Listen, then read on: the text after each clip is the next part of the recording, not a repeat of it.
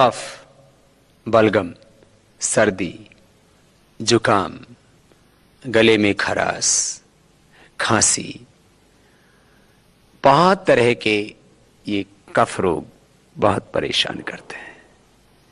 किसी किसी को तो एक बार खांसी हो गई तो एक एक महीना, दो दो महीना बीत जाता है, खांसी ठीक ही नहीं होती। उसके लिए कई तरह के सिरप पीते रहते हैं। और ये जो कफ सिरप जितने भी आते हैं इनमें भयंकर केमिकल्स होते हैं। एलोपैथी का तो कफ सिर्फ यदि बच्चे ज्यादा मात्रा में पी लेते हैं तो कई बार मौत तक हो जाती है। पिछले दिनों में जब कनाडा गया हुआ था तो मैंने देखा वहां जॉनसन एंड जॉनसन कंपनी के ऊपर काफी लोगों ने केस किए थे और उनको बहुत बड़ा हर्जाना देना पड़ा, क्योंकि बहुत से बच्चों की मौत हो चुकी थी कफ सिरप पीने से। बच्चों को इन कफ सिरप से बचाइए, बच्चों को च्यवनप्राश खिलाइए। बच्चों को यदि जो है खांसी हो गई तो उनको स्वासारी लिक्विड हम बनाते हैं प्रवाही पीने के लिए, वो सिरप पिलाइए, आयुर्वेदिक सिरप। पहले माताएं जो है मुलेठी बच्चों को बनफसा, बासा, तुलसी, अदरक ही पिलाया करती थी।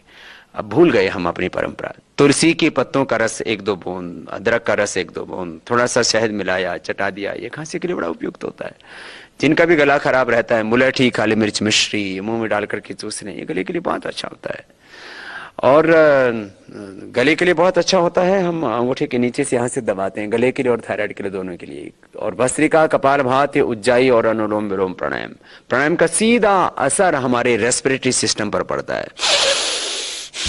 चाहे भस्त्रिका हो, कपालभाति हो, उज्जाई हो या अनुलोम विलोम प्राणायाम हो, सीधा हमारा रेस्पिरेटरी सिस्टम स्ट्रांग होता है। जिसका रेस्पिरेटरी सिस्टम स्ट्रांग होता है उसको कफ की कोई प्रॉब्लम हो ही नहीं सकती है। कफ बलगम के लिए सौंठ, पीपल, काली मिर्च, इसको त्रिकुटा बोलते हैं। त्रिकुटा और त्रिफला हमारे यहाँ आयुर्वेद में बहुत प्रसिद्ध औषधियां हैं। ये सौंठ, पीपल, काली मिर्च, त्रिकुटा एक एक ग्राम शहद के साथ चाटने से किसी भी तरह का कफ हो, बलगम की प्रॉब्लम हो, ठीक हो जाती है। और बहुत क्रोनिक कफ होने पर 20 ग्राम त्रिकुटा, 20 ग्राम से 25 ग्राम सितुपलादी और 20 ग्राम स्वासारी, 5 ग्राम अभ्रक भस्म, 5 ग्राम प्रवाल पिष्टी, 10 ग्राम अमृता सत। और बहुत क्रोनिक है तो 2-3 ग्राम स्वर्ण संतमाती इसमें मिला देते हैं और ये शहद से 1-1 ग्राम चटा देते हैं। तो कैसा ही कफ हो, कोल्ड हो, सर्दी हो, जुकाम हो, पुराने से पुराना नजला हो, ये सब का सब इससे ठीक हो जाता है।